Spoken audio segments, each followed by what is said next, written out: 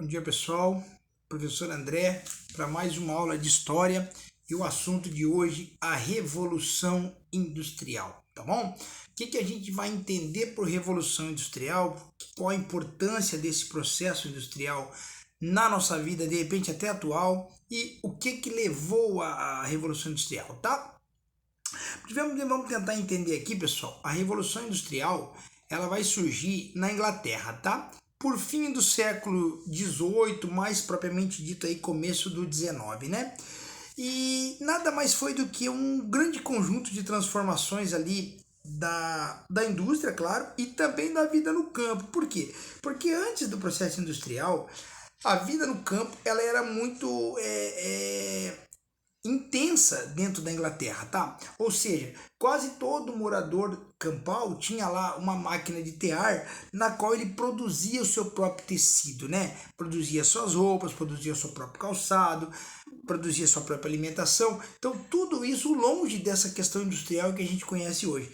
E isso era muito forte na Europa, principalmente na Inglaterra, né? Só que percebeu-se a necessidade disso melhorar, disso se intensificar. E foi aí que os ingleses tiveram a brilhante ideia de começar a criar as pequenas fábricas de tear, de produção de tecidos, tá? A Revolução Industrial faz então essa mudança, né? Inicial, quando começam a levar as máquinas de tear para dentro das fábricas, nós tivemos a primeira mudança no comportamento das pessoas, né, que tiveram que deixar muitas vezes os seus lares, porque não tinham mais uma questão de se sustentar, para migrar para as grandes cidades. Mas daqui a pouco eu falo mais sobre isso, tá? A economia, então, durante esse período industrial, ela vai criar um viés capitalista, que até então não era tanto, né? Era mais uma questão, assim, de propriedade privada de cada um ali, mas pequeno, né? Sem ter essa questão muito intensa da troca do dinheiro. E ela vai se intensificar com a chegada da Revolução Industrial. Mas aí eu pergunto a você, por que a Inglaterra, pessoal? Mas por que a Inglaterra teve esse pontapé inicial? Lembrando a vocês que antes do processo de industrialização nós vimos o processo de escravatura, né? A Inglaterra foi tanto que, com a chegada da Revolução, a Inglaterra vai ser uma das mais interessadas em acabar com a escravidão, tanto na Europa quanto aqui nas Américas, né? Mas durante todo esse processo de escravidão e de exploração de colônias, principalmente na África, a Inglaterra acumulou muito capital, ou seja, muito dinheiro, entendeu? Aliado a isso, tá? Aliado a isso, ela tinha fontes inesgotáveis de carvão em seu subsolo.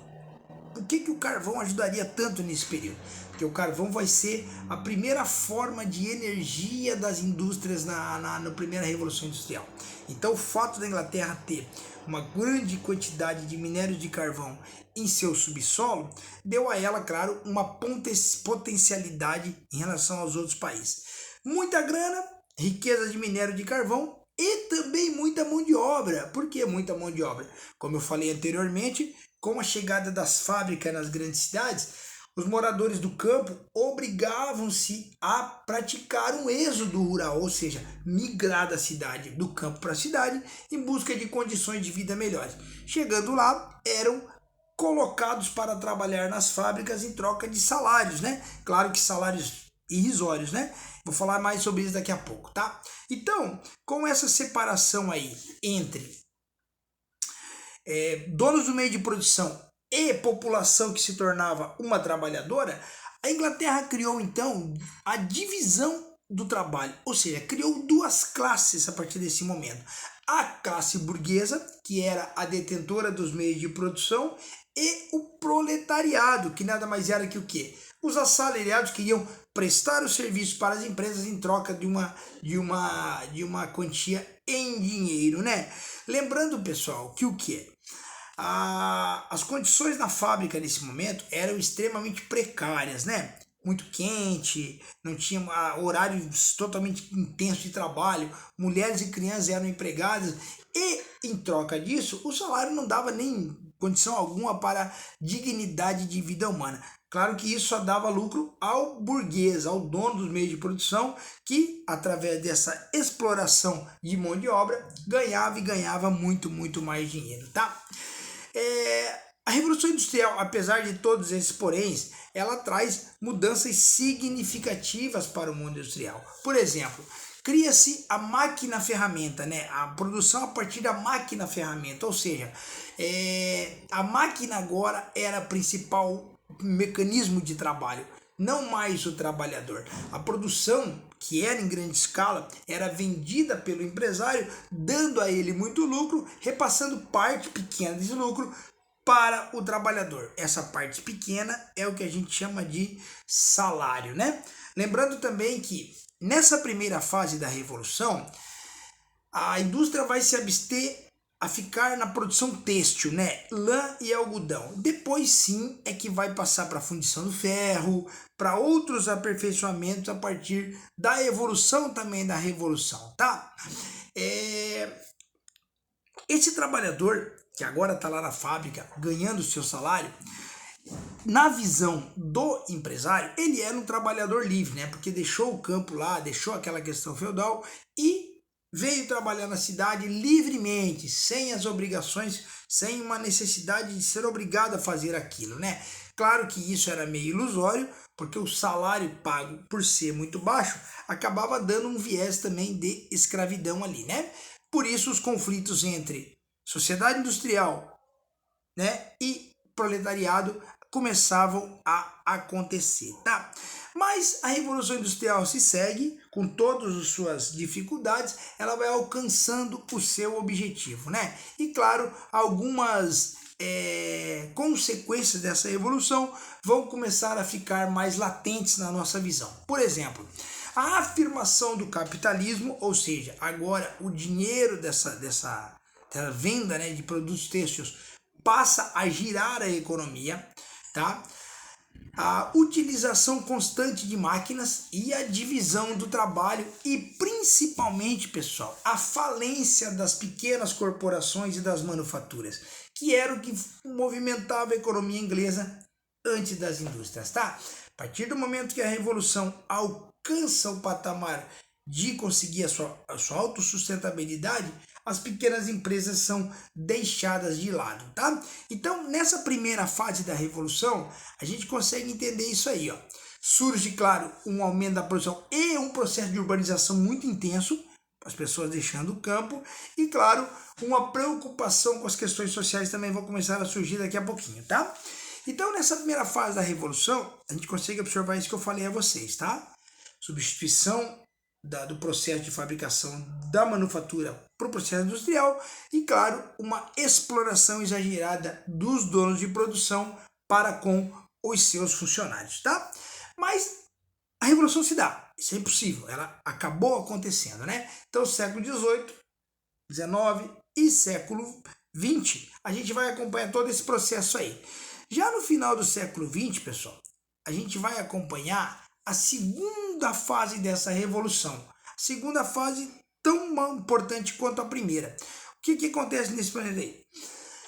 O sistema capitalista vai sofrer modificações, ou seja, nós vamos deixar de existir a livre concorrência para o capitalismo monopolista, ou seja, os maiores empresários do ramo começariam a adquirir as pequenas fábricas, monopolizando a fabricação de minérios e de tecidos, enfim, aquilo que se produzia, dando a ele o quê? Mais lucro e mais capacidade de produção, tá? Então, quando a gente começa com essa modificação do monopólio, da livre concorrência para o monopólio, a gente inicia a segunda fase da Revolução Industrial, que eu vou destacar algumas coisas importantes para vocês aqui, pessoal. Olha lá, vamos lá. Nesse período agora, a economia passa a ser dominada pelos grandes industriais, tá? E também pelos bancos. Os bancos vão surgir agora como aliados dos grandes industriais, financiando fábricas, ajudando no pagamento de despesas, enfim, tudo isso, claro, com o retorno garantido, né? Surgem também os grandes complexos industriais, pessoal, tá? Ou seja, esses complexos industriais vão substituir as pequenas fabriquetas familiares e os fabriquetas individuais, ou seja, elas serão engolidas por esses grandes industriais que vão surgir agora, tá? Surge também nesse período, já aí mais para o final do século XIX, o mercado de ações. O que é isso, pessoal? Onde as empresas começavam a vender parte de ações de suas empresas e repassar parte dos lucros para os acionistas. Isso é uma prática comum até nos dias atuais, tá, pessoal? Ó, o mercado de ações dava ao empresário a possibilidade de não precisar mais emprestar dinheiro de banco. Isso escapando dos juros, né? Ou seja, quem é que pagava as despesas da empresa? Os acionistas, né? Que, em troca partida, recebiam lucro toda vez que a empresa aumentasse a sua capacidade, né? Então, o que vai acontecer, pessoal? Surgem também trustes e cartéis. O que isso quer dizer, André? Trustes e cartéis, pessoal, nada mais é que o quê? Um pequeno número de grandes empresários começa a estipular preços de compra e venda de produtos e todos acabam fazendo sempre o mesmo preço, tá? Qual era o objetivo disso, pessoal? Você distribui a quantidade X de mercadoria e todo mundo trabalha com o mesmo valor, dando a impossibilidade de quem consome tentar encontrar um preço menor, né? Então o que acontece? Com a chegada dos cartéis, somente os grandes empresários conseguiam segurar os preços. Já os pequenos empresários, não conseguindo acompanhar essa mudança, acabavam por fechar as portas, tá? Então a Revolução Industrial, resumidamente nisso, é isso que a gente está falando, tá? Surge lá no final do século XVIII, chega com todo o processo industrial acontecido na Inglaterra, passa por uma série de mudanças até chegar no processo industrial conhecido hoje, tá? Beleza, pessoal?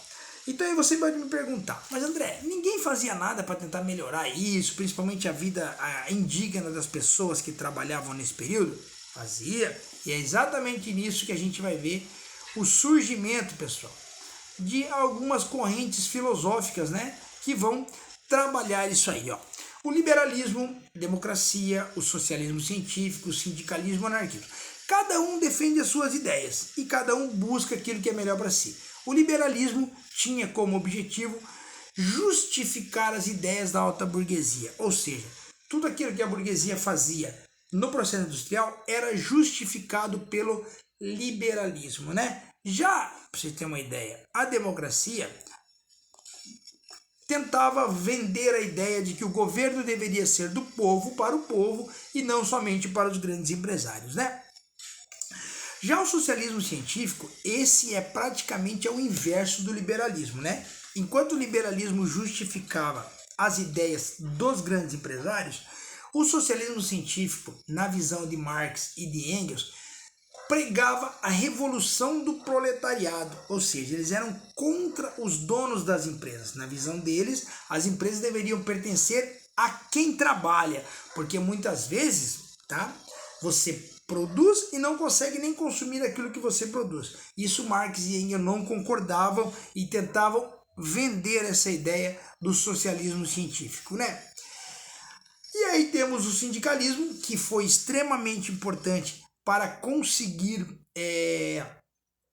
vitórias, principalmente para os trabalhadores, né?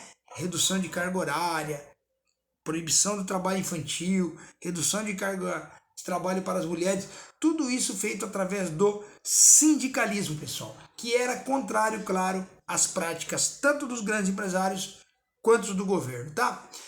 E o anarquismo, que é uma outra corrente que não quer muito detalhe, né? Que é nada mais é que o que? Defende o Estado sem líderes, né? Uma nação sem Estado, onde todo mundo cuida de si próprio, entendeu? Basicamente, pessoal, era isso que eu tinha para falar para vocês, tá? A Revolução Industrial foi algo extremamente importante na vida da Inglaterra, da Europa. Lembrando que essa revolução, ela vai se seguir por toda a Europa, também vem para as Américas e, claro, vai chegar um momento que não vai mais se adiantar nada, a indústria vai tomar conta. Se foi positiva ou negativa, tem seus prós e seus contras, mas o importante é que ela existiu e tá aí um resumo bem importante disso para a gente entender. Beleza, pessoal? Muito obrigado por essa aula e até a próxima, tá bom?